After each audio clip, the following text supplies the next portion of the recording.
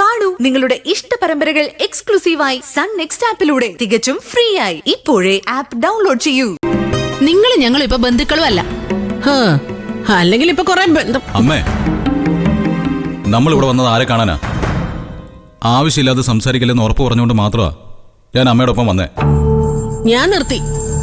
അല്ലെങ്കിൽ ഇവളോടൊക്കെ ആരാ സംസാരിക്കുന്നേ? അമ്പിളി,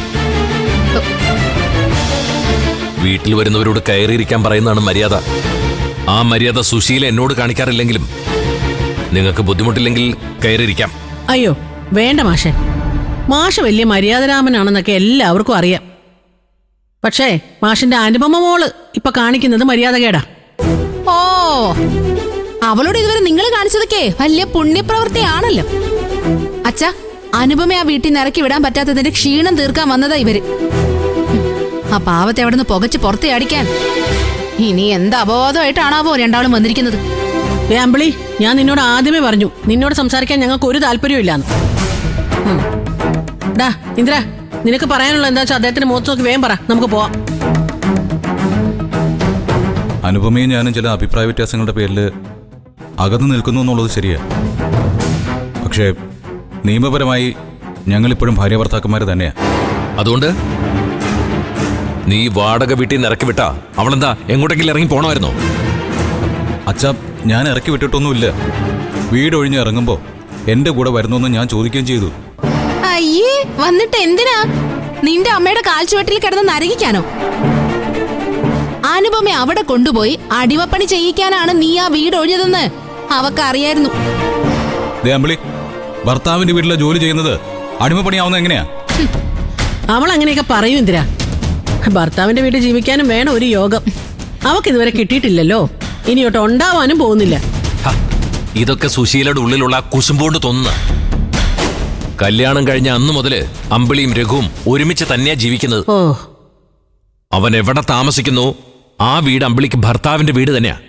പിന്നെ നിന്നെ പോലൊരു അമ്മായിയമ്മയുടെ കൂടെ ജീവിക്കാനുള്ള ഭാഗ്യം അമ്പിളിക്ക് ഇതുവരെ ഉണ്ടായിട്ടില്ല. അതെന്തായാലും വലിയൊരു കുറവ് തന്നെയാ. ദേ മാഷേ, മാഷ് മക്കളുടെ കൂടെ കൂടി എന്നെ എന്റെ മോനെ അപമാനിക്കാൻ തീരുമാനിച്ചൊരുങ്ങിയിരിക്കുകയാണോ? ഇത് നിങ്ങൾക്ക് നല്ലതിനല്ല മാഷേ. അല്ലെങ്കിലും നിങ്ങളുമായി ബന്ധപ്പെട്ട ഏത് കാര്യത്തിലാ എനിക്കും എന്റെ കുടുംബത്തിന് നന്മയുണ്ടായിട്ടുള്ളത്? നിങ്ങൾ ഇനി എന്തായാലും അതിലേക്കൊന്നും കിടക്കാൻ നിൽക്കണ്ട. നിങ്ങൾ വന്ന കാര്യം എന്താന്ന് വെച്ചാൽ പറ. ഇന്ദിര പറ. ഇന്ദിര, എന്ത് മര്യാദകേടാ എന്റെ അനുഭവം നിന്നോട് കാണിച്ചത്? അനുപമ എന്റെ ഷോപ്പിൽ വന്ന് ഒരാഴ്ചക്കുള്ളിൽ എന്നോട് അവിടെ നിന്ന് ഇറങ്ങിക്കൊടുക്കാൻ പറഞ്ഞു. ഷോപ്പ് അവളുടെ പേരിൽ തന്നെയാ, സമ്മതിച്ചു. പക്ഷെ അധ്വാനം എന്റേതാ. ദാസാറിന് കൊടുക്കാനുള്ള 25 ലക്ഷം ഞാൻ എങ്ങനെയെങ്കിലും കൊടുത്തോളാം. പക്ഷെ ഷോപ്പ് എനിക്ക് വിട്ടുകൊടുക്കാൻ പറ്റില്ല. അനുപമ അവൾക്ക് അവകാശപ്പെട്ട സ്ഥാപനം തിരിച്ചാവശ്യപ്പെട്ടതേ എങ്ങനെയാ മര്യാദകേടാവുന്നേ? അതെ, അനുചേച്ചി നിങ്ങൾ എല്ലായിടത്തുനിന്നും ഇറക്കി വിട്ടാ എന്റെ ചേച്ചിക്ക് അവകാശപ്പെട്ട സ്ഥലം ചേച്ചിക്ക് തിരിച്ചു പിടിക്കണ്ടേ? ശബരേട്ടന്റെ വീട്ടിൽ നിന്ന് എന്നെ ഓടിക്കാൻ ഇന്ദ്രേട്ടനമ്മ ഒരു ശ്രമം നടത്തി നോക്കി. ഒരുപാട് പേരെ ഇതുപോലെ വേദനിപ്പിച്ചതല്ലേ? ചിലത് നഷ്ടപ്പെടുമ്പോഴുള്ള വേദന നിങ്ങളും അറിയണം. ഞാൻ അവസാനമായി വീട്ടിൽ വന്നപ്പോ അനുപമ ഇനി ഈ കുടുംബത്തിൽ വേണ്ടാന്ന് നീയും നിന്റെ ഈ മോനും കൂടി തീരുമാനിച്ചു കഴിഞ്ഞുവെന്ന് എന്റെ മുഖത്ത് നോക്കി സുശീല എന്നോട് പറഞ്ഞില്ലേ? അതോടെ നമുക്കിടയിലുള്ള മര്യാദ അവസാനിച്ചു. തിരിച്ചിറങ്ങുമ്പോ ഞാൻ പറഞ്ഞത് സുശീല മറന്നിട്ടില്ലല്ലോ. അനുപമ ആ കുടുംബത്തിൽ നിന്ന് ഇറങ്ങി വരുമ്പോ കൊണ്ടുവന്നതൊക്കെ ഞങ്ങൾക്ക് തിരിച്ചു കിട്ടിയിരിക്കണം. അത് വാങ്ങാൻ ഞാൻ അങ്ങോട്ട് വരുമെന്ന് കരുതിയതുകൊണ്ടാവണം അതിനു മുമ്പേ നീ നിന്റെ മോനും ഇങ്ങോട്ട് വന്നത്, അല്ലേ? അല്ല, ഞങ്ങൾ ആരെ ഔദാര്യം പ്രതീക്ഷിച്ച് വന്നതല്ല. തരാനുള്ളതൊക്കെ ഞാൻ തിരിച്ചു തരും. പക്ഷേ അത് വാങ്ങാൻ അനുപമ സ്വീകരിച്ചുകൊണ്ടിരിക്കുന്ന മാർഗം ശരിയല്ലെന്ന് അറിയിക്കാനാ ഞങ്ങൾ വന്നത്. അതെ, നിങ്ങളുടെ മകൾക്കിപ്പോ എല്ലാ ബുദ്ധിയും പറഞ്ഞു കൊടുക്കുന്നതേ ആ രവികുമാറാ. അവനിപ്പോ ഏത് സമയത്തും ആ വീട്ടിലാ. ആ കൂട്ടുകെട്ട് അത്ര നല്ലതല്ല മാഷേ. എന്റെ മോനെ ഡിവോഴ്സ് ചെയ്തിട്ട് അവൾ എന്ത് വേണമെങ്കിലും കാണിച്ചോട്ടെ. അതിനു മുമ്പ് ഇത്തരം പേരുദോഷം ഉണ്ടാക്കാം മാഷ് മോളെ അവിടെ നിർത്തരുത്. അതെ, ആ വീട് സ്വന്തമായിട്ട് കിട്ടിക്കഴിഞ്ഞാൽ അനുപമ എന്തും കാണിക്കും. അതുകൊണ്ട് തൽക്കാലം അതിൽ നിന്ന് പിന്മാറി അച്ഛൻ മകളെ ഇങ്ങോട്ട് കൊണ്ടുവരണം. മനസ്സിലായി ഇന്ദ്ര. ഈ രവികുമാർ എന്ന് പറയുന്നവൻ ഹർഷയുടെ ഭർത്താവല്ലേ? അല്ലേന്ന് അവനെ എനിക്കറിയാം. ഇനി വരുമ്പോ രവിയെ കണ്ട് ഞാൻ ഈ കാര്യം പറയുകയും ചെയ്യാം. പക്ഷെ ആ വീട് വാങ്ങുന്നതിൽ നിന്ന് ഇതുകൊണ്ടൊന്നും നിങ്ങൾക്ക് എന്നെ പിന്തിരിപ്പിക്കാൻ കഴിയില്ല. അനുപമയുടെ പേരിൽ ആ വീട് ഞാൻ വാങ്ങിച്ചിരിക്കും. എന്റെ മോൾ ആ വീട്ടിൽ തന്നെ ജീവിക്കുകയും ചെയ്യും. അത് അനുപമ ഒറ്റയ്ക്കായിരിക്കില്ല. അവൾക്ക് കരുത്തും കരുതലുമായി ഞാനും എന്റെ എല്ലാ മക്കളും ഉണ്ടായിരിക്കും.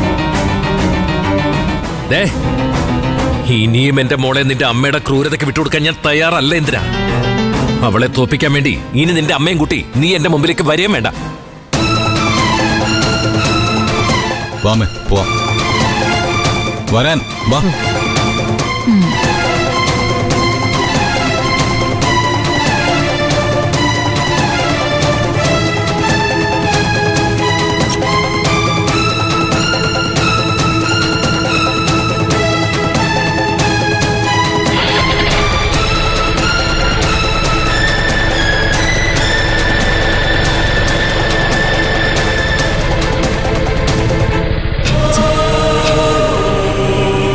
മക്കളും വിഷമിക്കില്ല.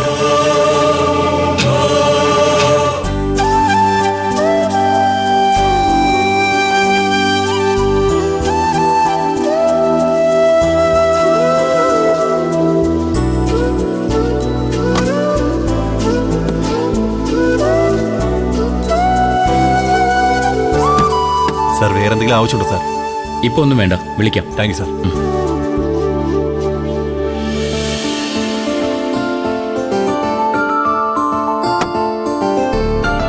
നിനക്ക് റൂം ഇഷ്ടമായോ? കൊള്ളാം.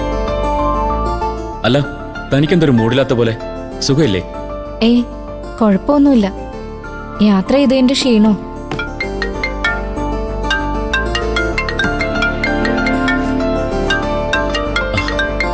ഇന്ദുവാ? ആ ഇന്ദു, ഞങ്ങൾ മൂന്നാറിലെത്തിട്ടോ. ആ എത്തിയോ? ഞാൻ രാത്രി വിളിച്ചിട്ട് കിട്ടിയില്ല, അതാ ഇപ്പൊ വിളിച്ചത്. അത് ബസ്സിലായിരുന്നില്ലേ, റേഞ്ച് കാണില്ല. അല്ല, അവിടുത്തെ വിശേഷം എന്താ? ഇവിടെ പല വഴിക്ക് കോംപ്രമൈസ് ചർച്ചകൾ നടക്കുന്നുണ്ടെന്ന് തോന്നുന്നു. തൽക്കാലം ഞാനതൊന്നും ശ്രദ്ധിക്കുന്നില്ല. അതാ നല്ലത്. ആദ്യം രാഹുലിന്റെ ഭാഗത്തുനിന്ന് വ്യക്തമായ തീരുമാനം ഉണ്ടാവട്ടെ. ശരി ഇന്ദു, റൂമിൽ വന്ന് കയറിയതേ ഉള്ളൂ. ഒന്ന് ഫ്രഷ് ആയിട്ട് കുറച്ചു നേരം റെസ്റ്റ് ചെയ്യണം. ഓക്കെ ഓക്കെ, ഞാൻ ഡിസ്റ്റർബ് ചെയ്യുന്നില്ല. മൂന്നാർ മുഴുവൻ കറങ്ങി നടക്കേണ്ടതല്ലേ? എൻജോയ് ചെയ്യൂ. പ്രതിഭ എന്തു പറയുന്നു? ഹാപ്പി അല്ലേ? ആ, ചെറിയ യാത്രാക്ഷീണമുണ്ട്.